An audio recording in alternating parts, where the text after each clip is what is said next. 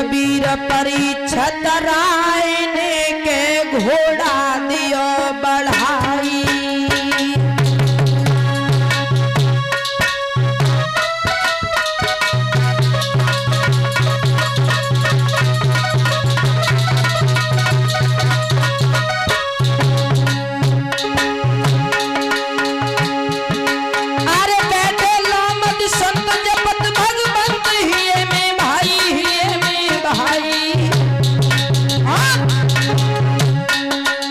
कबीर परीक्षत राय ने के घोड़ा दियो बढ़ाई।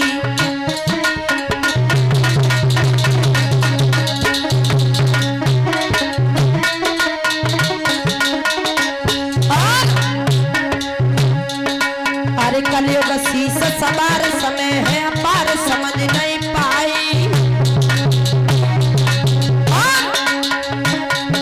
कलयुग ने जब पर्दा सो चोट चलाई।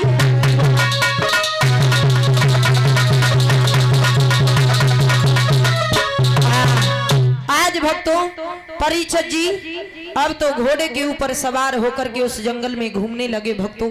और जैसे ही उस जंगल में भ्रमण किया, लोमद ऋषि का आश्रम देखा तो वहीं पर घोड़े को बांधा और पहुंच गए।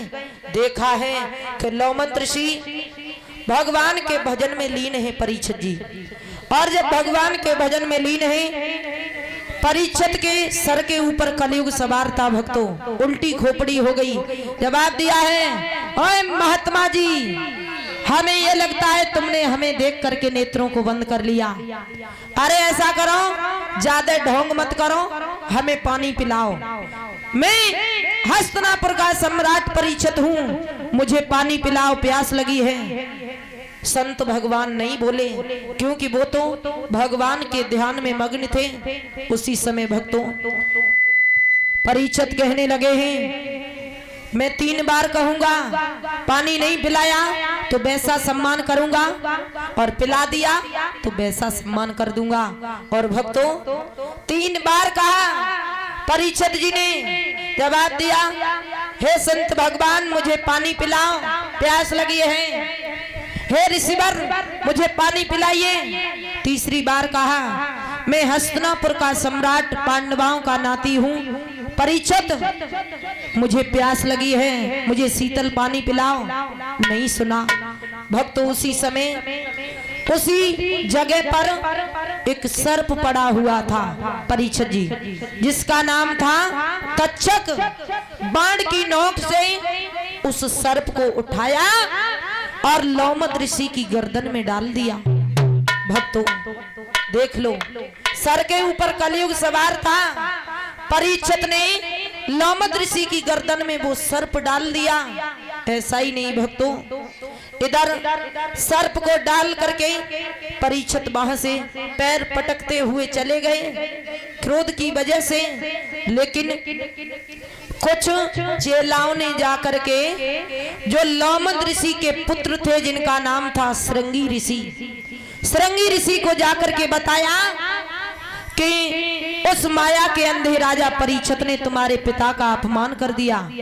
तो भक्तों लोमद ऋषि ने नहीं, बल्कि श्रृंगी ऋषि ने श्राप दिया था। अंजलि में जल लेकर के श्राप दे दिया, हे परीक्षित, माया के अंधे राजा, तूने मेरे पिताजी का अपमान किया। जा, आज के 7वें दिन यही सर्प तुझे जीवित होकर के डस लेगा और तू काल के गाल में चला जाएगा। भक्तों परीक्षित को श्राप लग गया। और जब श्राप लग गया, लोमद ऋषि को मालूम हुआ। जवाब दिया, बेटा तुमने अच्छा नहीं किया। जो परीक्षित को श्राप दे दिया, उसके सर के ऊपर कलयुग सवार था।